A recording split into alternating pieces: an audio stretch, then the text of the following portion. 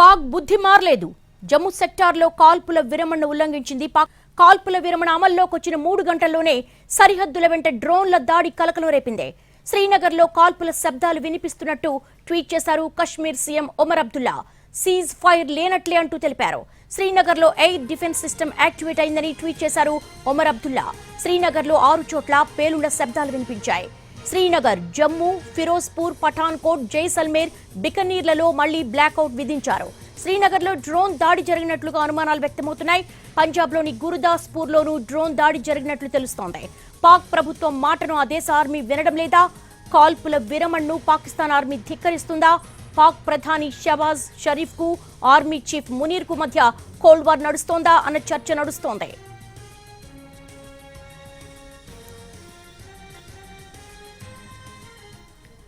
ప్రస్తుతం జమ్మూ కాశ్మీర్ దగ్గర మా ప్రతినిధి రాజు సిద్ధంగా ఉన్నారు. రాజు, మీరున్న స్పాట్లో కండిషన్ ఏ విధంగా ఉంది? కాల్పుల విరమణను పాక్ ఉల్లంఘించింది. దాదాపు 4 చోట్ల అక్కడ బుల్లెట్ సౌండ్ వినపడుతుంది. డ్రోన్లు అక్కడ మిసైల్స్ కనబడుతున్నట్టుగా తెలుస్తోంది. ఏంటి?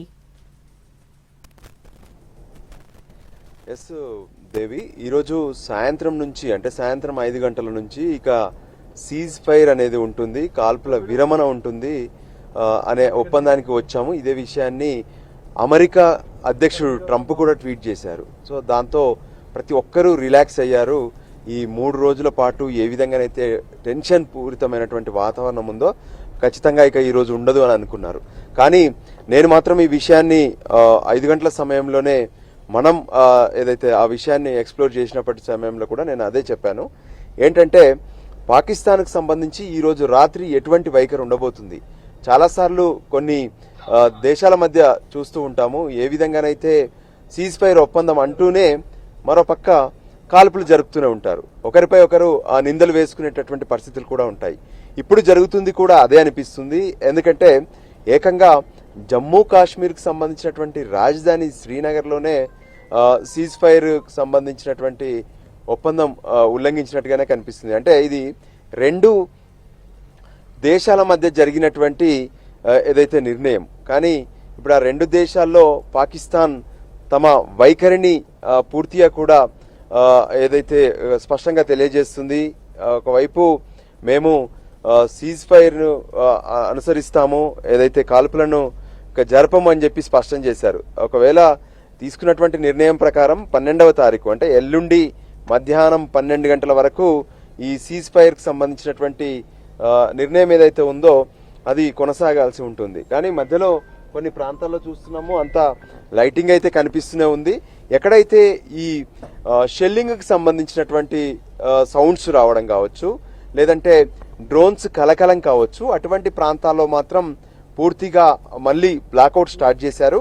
అక్కడ బ్లాక్ చేసేశారు, అంటే లైటింగ్ మొత్తం కూడా నిలిపేశారు. అక్కడ ఉన్నటువంటి స్టేషన్స్ అన్ని కూడా అంటే పవర్ సప్లై స్టేషన్స్ అన్నిటిని కూడా ఆపేసినట్టుగా తెలుస్తుంది. అంటే ఒకవేళ నిజంగానే పాకిస్తాన్ దాడి చేస్తే మళ్ళీ ఎలా ఎదుర్కోవాలి ఏంటి అనేది కూడా అర్థమవుతుంది. దాంతో కొన్ని చోట్ల డ్రోన్స్ ఏవైతే కనిపించినట్టుగా తెలుస్తుంది, ఆ డ్రోన్స్ ను నిర్వీర్యం చేసేందుకు భారత ఏదైతే ఎర్క్ సంబంధించినటువంటి డిఫెన్స్ యూనిట్స్ అన్ని కూడా యాక్టివేట్ అయినట్టుగా తెలుస్తుంది. అది శ్రీనగర్తో పాటు పంజాబ్లో కొన్ని ప్రాంతాలు, జమ్మూ కాశ్మీర్లో ఉన్నటువంటి మరికొన్ని ప్రాంతాల్లో కూడా ఈ కాల్పుల విరమణ ఒప్పందాన్ని ఉల్లంఘించినట్టు తెలుస్తుంది. మరి దీని ప్రభావం అంటే ఎలా ఉండబోతుంది ఏంటి? రాత్రంతా కూడా వీళ్ళు కాల్పులు కొనసాగిస్తారా? వాస్తవానికి చూసాము, గత 3 రోజులుగా కూడా బార్డర్లో అంటే ఎల్ఓసి వద్ద పరిస్థితి అత్యంత దారుణంగా కనిపించింది.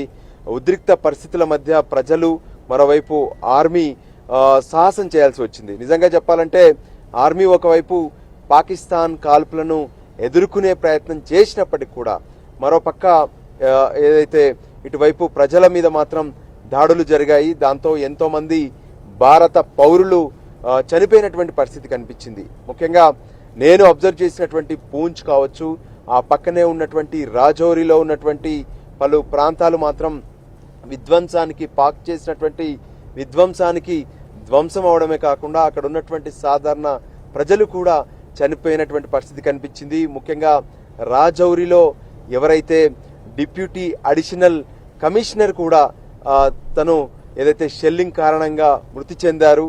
ఆయన నివాసం పైన జరిగినటువంటి లాంచింగ్ ఏదైతే ఉందో దాంతో ఆయన ఇల్లు ధ్వంసం అవడమే కాకుండా ఆయన శరీరం మొత్తం కూడా చింద్రమైనటువంటి పరిస్థితి కనిపించింది. దాంతో ఆయన మృతి చెందారు.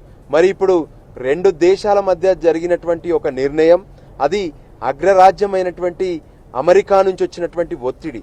ఇరు దేశాలతో రాత్రంతా కూడా మాట్లాడాము, ఆ తర్వాతే ఈ నిర్ణయం తీసుకున్నామని చెప్పి ట్రంప్ స్వయంగా ప్రకటించారు. మరి ఇప్పుడు జరుగుతున్నటువంటి ఈ కాల్పుల విరమణను సంబంధించి విరమించకుండా మళ్ళీ కాల్పులు జరుపుతున్నారు కాబట్టి రాజు, మీరు ఇప్పుడు ఎక్కడి నుంచి ఎక్కడికి ట్రావెల్ చేస్తున్నారు? చుట్టుపక్కల ఎటువంటి కండిషన్ ఉంది? ఎక్కడి నుంచి ఎక్కడికి ట్రావెల్ చేస్తున్నారు? చుట్టూ ఏమైనా మీకు శబ్దాలు ఏమైనా వినిపిస్తున్నాయా? ఎస్, వాస్తవానికి పూంచ్తో పాటు రాజౌరిలో పరిస్థితి ఉద్రిక్తంగా ఉంది అనేది ఉదయం నుంచి చూసాము, నిన్న రాత్రి అంతా కూడా చూసాము. సో ఆ పరిస్థితుల్లో సేఫ్ గా ఉన్నటువంటి ప్రాంతానికి వెళ్ళాలనేటువంటి ఆలోచనతో ప్రస్తుతం నేను శ్రీనగర్ కు బయలుదేరాను. ఎందుకంటే గత 2 రోజులు 3 రోజులు కూడా నేను అక్కడే ఉండి స్వయంగా రాత్రంతా కూడా బాంబుల మోత వినపడింది. ఆ పరిస్థితుల్లో భాయ్ తోడా స్లో జాయి గాడి షేకోరా, నేను డ్రైవర్ కూడా చెప్తున్నాను స్లోగా వెళ్ళమని. అయితే ప్రస్తుతం నేను వెళ్తున్నటువంటి మార్గం శ్రీనగర్ కు వెళ్తున్నాను. శ్రీనగర్ కు వెళ్తున్నటువంటి మార్గంలో మాత్రం ఇప్పటికీ ఇంకా అంటే శ్రీనగర్ దాదాపు ఇక్కడి నుండి 100 కిలోమీటర్లు మనకు డిస్టెన్స్ గా తెలుస్తుంది. సో ఈ 100 కిలోమీటర్ల